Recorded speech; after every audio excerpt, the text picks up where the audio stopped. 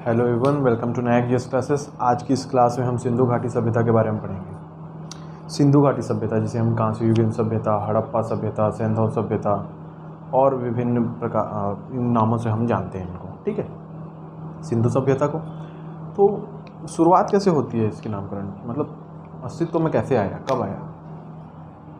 अस्तित्व में बहुत पहले आ चुका था, लेकिन हमने कब खोजा इसको? 1896 में बंटन बंधु, क्या पढ़ रहे हम लोग? सिंधु घाटी सभ्यता। सिंधु घाटी सभ्यता। बंटन बंधु ने, कौन कौन थे? जॉन बंटन और विलियम बंटन। कौन? विलियम बंटन। कराची से लाहौर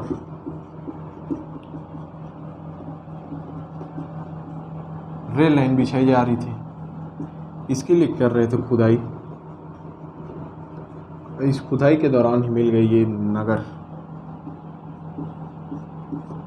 कौन कौन से नगर? इनको नाम दिया गया था मोहनजोदाड़ो, हड़प्पा। मोहनजोदाड़ो का मतलब मृतकों का टीला।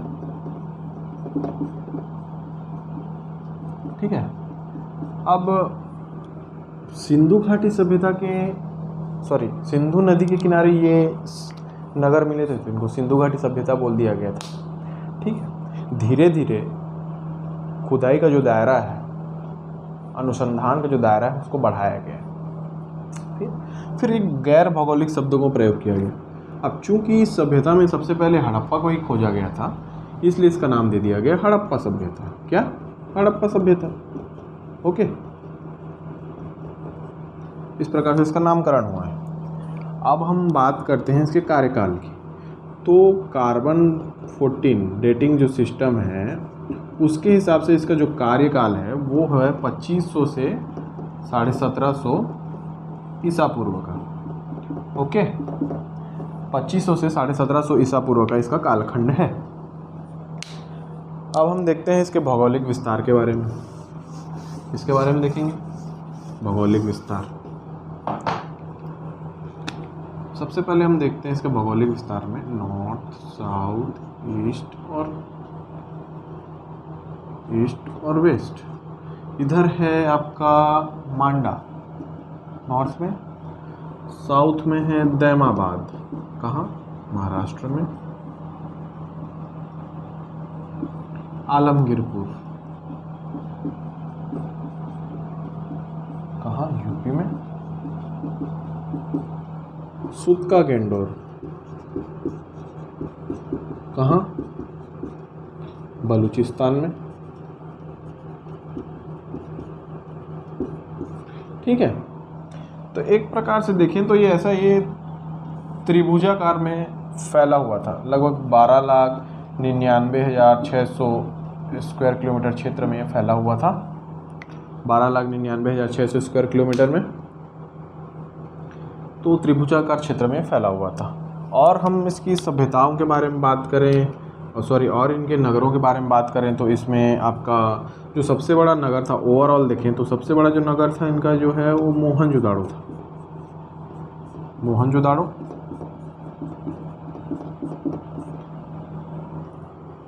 और एक शहर था, उसका नाम था गनेरीवाल। ये सेकंड नंबर का बड़ा वाला था। ठीक है। उसके बाद हड़प्पा। भारत में अगर हम बात करें तो सबसे बड़ा धौलावीरा और सेकंड जो था वो राखीगढ़ी। ओके। ऐसी लोथल, सुरकोटदा,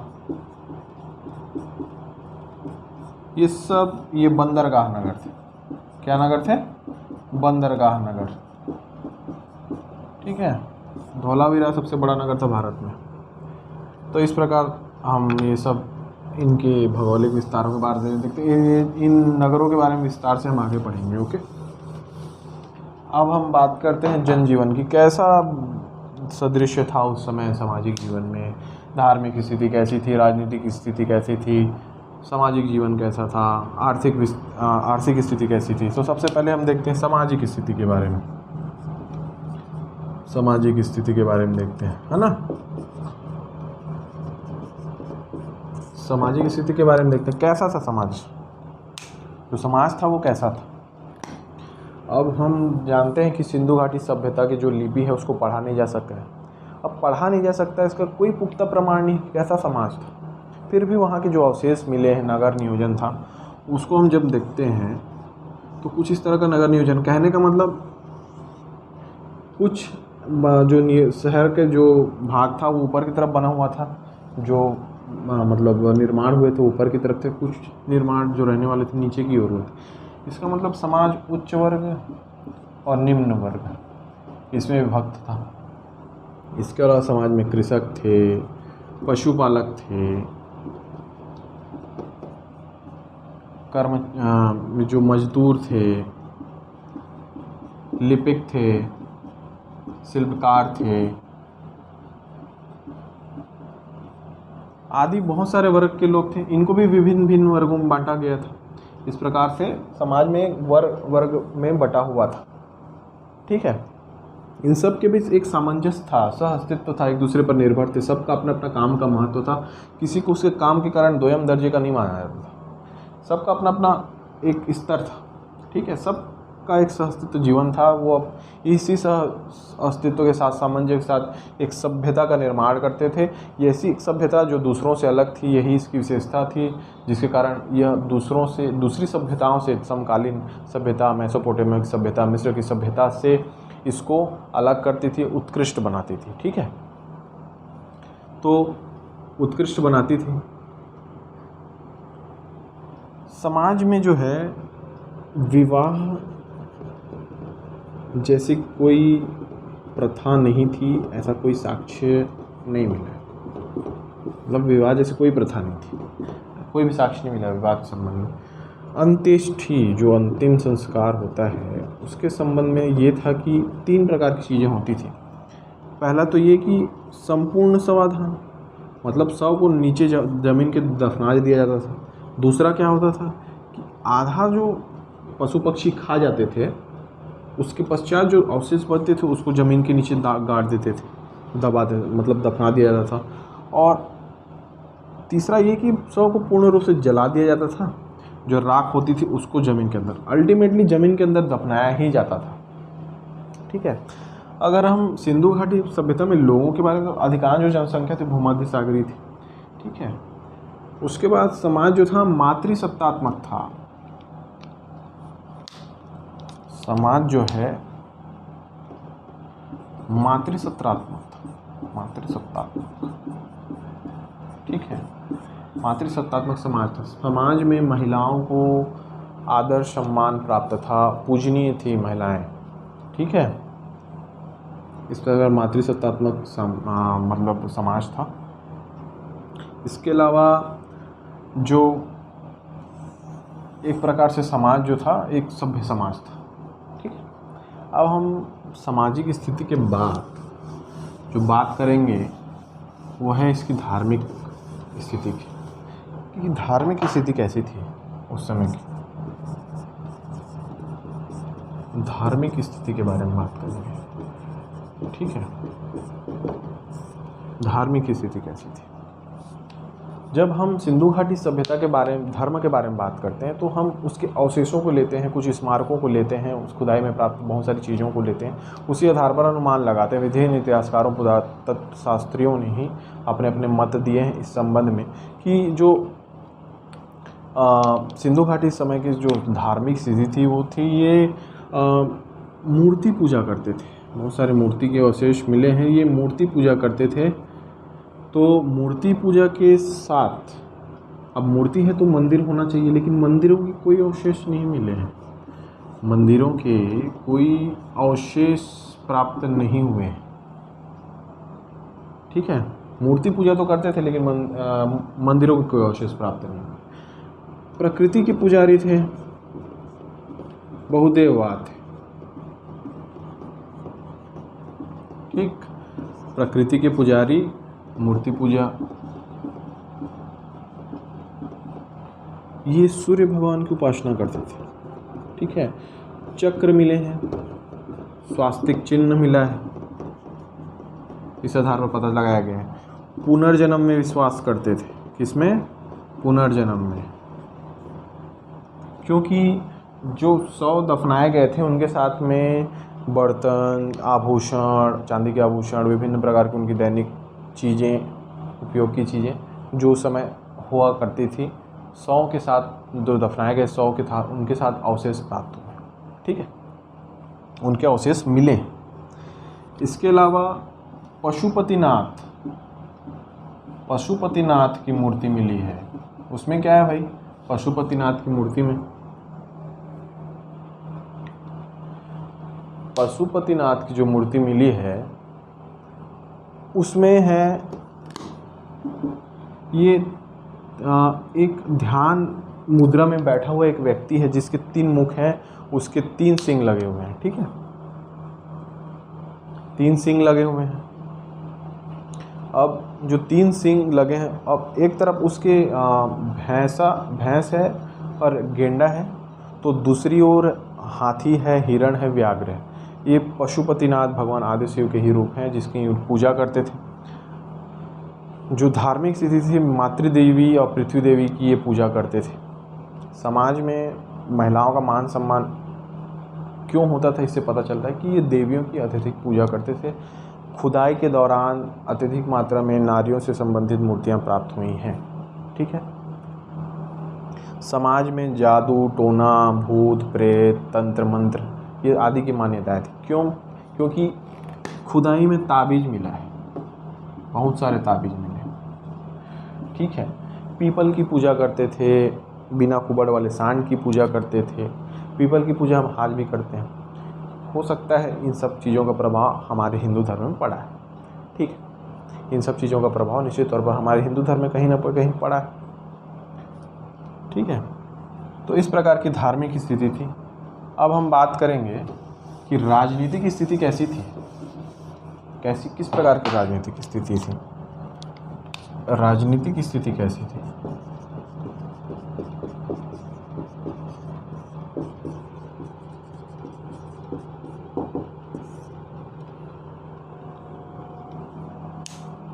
राजनीतिक स्थिति कैसी थी? राजनीतिक स्थिति बहुत ही सुदृढ़ थी। जब हम इनके नगर नियोजन की बात करते हैं, मापन पद्धति की बात करते हैं, व्यापार की बात करते हैं। ठीक है, तो उन्नत किस्म के अन्नागारों की बात करते हैं, है ना, विभिन्न निर्माणों की बात करते हैं। विभिन्न समाज में जो विभिन्न वर्ग थे उनकी बात करते हैं। तो इन सब को चलाने के लिए इन सभी मतलब आयामों को ध्यान में रखते हुए इन सब को चलाने के लिए, इन सब के बीच सामंजस्य स्थापित करने के लिए एक सुदृढ़ राजनीतिक व्यवस्था की आवश्यकता है। तो निश्चित तौर पर एक सुदृढ़ राजनीतिक व्यवस्था रही होगी। अब देखते हैं कि इस पर मुखिया कौन रहा होगा। तो इस पर विभिन्न इतिहासकारों का विभिन्न मत है। व्हीलर बोलते हैं कि वो कहते हैं कि एक मध्यम वर्गीय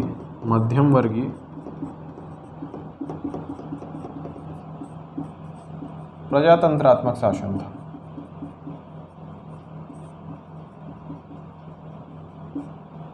ठीक है। हंटर क्या बोलते हैं? हंटर बोलते हैं मोहनजोदाड़ो में, क्योंकि मोहनजोदाड़ो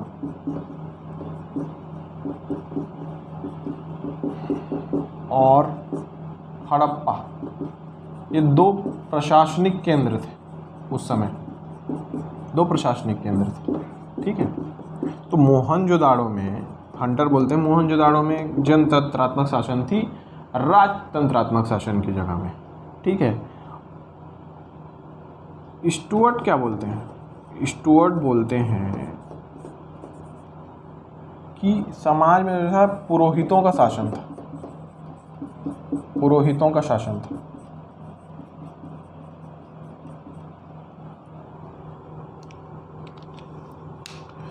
एक महत्वपूर्ण बात यह है कि जो सभ्यता का आधार था वो था व्यापार। ठीक है, व्यापार बहुत उन्नत थी सिंधु घाटी सभ्यता के दौर में। ठीक है, उन्नत व्यापार के कारण ही प्रोफेसर आर.एस. शर्मा कहते हैं कि अगर व्यापार उन्नत था, ये जो समाज को चलाने का कार्य था, शासन को चलाने का कार्य था, वो व्यापारी वर्ग करता था। ठीक है, शासन चलाने का काम व्यापारी वर्ग करता था। Professor RS. शर्मा का ये कहना है। ठीक है, प्रोफेसर आर.एस. शर्मा का यही कहना है कि व्यापारी वर्ग शासन चलाता था। ठीक है, तो इस प्रकार की एक राजनीतिक स्थिति हम देखते हैं और विभिन्न इतिहासकारों और पुरातत्व शास्त्रियों का, विचारकों का हम मत भी देखते हैं। ठीक है, अब हम बात करते हैं कि आर्थिक स्थिति कैसी थी, आर्थिक व्यवस्था कैसी थी। क्या थी? आर्थिक व्यवस्था।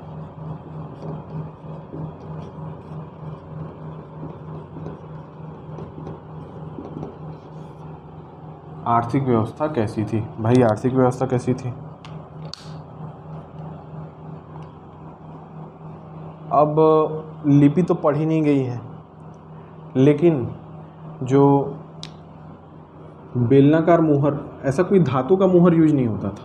ठीक है, धातु के कोई मुहर नहीं थे, धातु की मुद्रा नहीं थी, धातु के मुद्रा नहीं थे। ये सेल खड़ी की मुद्रा थी, बेलनाकार ऐसी मुद्रा होती थी उस समय। यही मुद्रा जो है मेसोपोटामिया में मिली, मेसोपोटामिया में। अब उड़ के तो नहीं गई होगी, यहाँ पे के व्यापारी वहाँ जाते होंगे तभी ये पहुँची होगी मेसोपोटामिया में। मतलब ये सुमेरियाई सभ्यता और इधर हड़प्पा सभ्यता, इतना दूर दूर की सभ्यता में व्यापार होता था, वस्तुओं का आदान प्रदान हो रहा है। निश्चित तौर पर एक मजबूत व्यापारिक तंत्र रहा होगा, एक व्यापारिक मार्ग रहा होगा जिसके माध्यम से ये व्यापार करते थे। निश्चित तौर पर जल मार्ग से व्यापार करते थे, थल मार्ग से व्यापार करते थे। बैलगाड़ियों से माल को लाद करके सड़क के रास्ते ये अपना व्यापार करते थे। इनकी जो पहिए होते थे ना, वो आरेदार नहीं होते थे, ये ठोस पहिए होते थे इनकी बैलगाड़ी के। ठीक है, ओके। तो और इस नाव के माध्यम से ये इनका जो व्यापार था इधर मध्य एशिया तक, ईरान, अफ़गानिस्तान, ठीक है, ईरान, अफ़गानिस्तान, इधर राजस्थान, यहाँ तक फैला हुआ था। ठीक, मेसोपोटामिया अभिलेख से प्राप्त हुआ है कि ये मेलुहा तक व्यापार करने की बात की गई है अभिलेख में। दो व्यापारिक केंद्रों के बारे में बात किया गया, जिसमें दिलमुन और एक और व्यापारिक है मरकान भी बोलते हैं जिसको, ये व्यापारिक केंद्र था। इसके बारे में जानकारी मिलती है, दिलमुन और माकन। अब हम देखते हैं कि इसमें जो है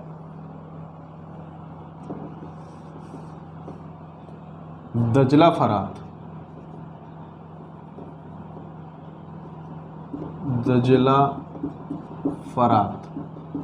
वर्तमान ईरान के बहरीन से इसकी तुलना की जाती है।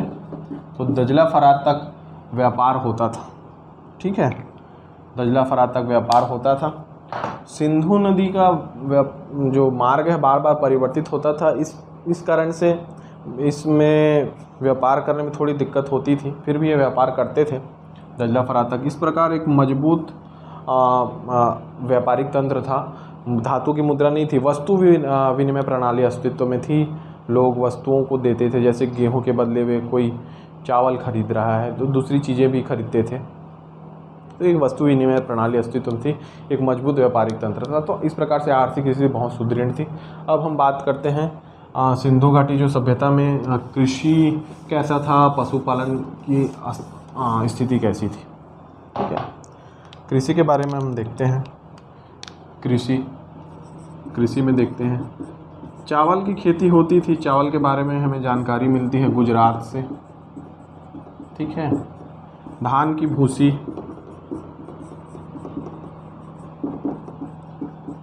धान की भूसी से क्या होता है भाई, धान की भूसी हमें रंगपुर और लोथल से मिला है।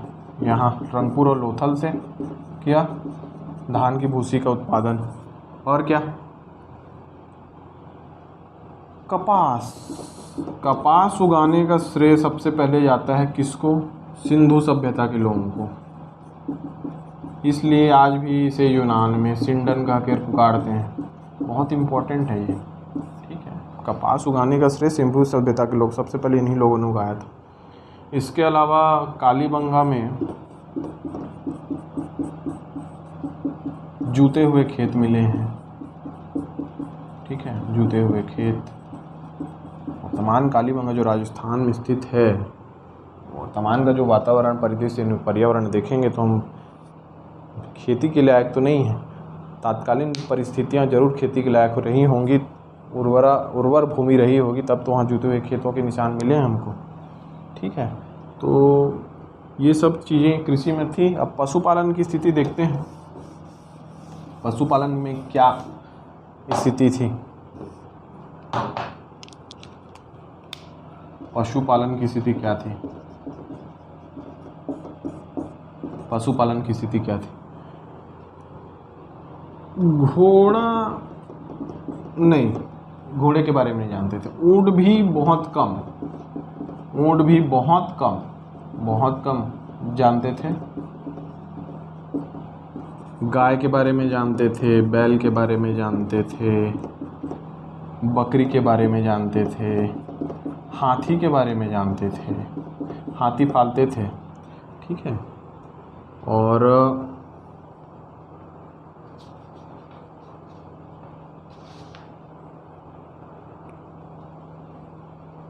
ये बस चीज़ें थी।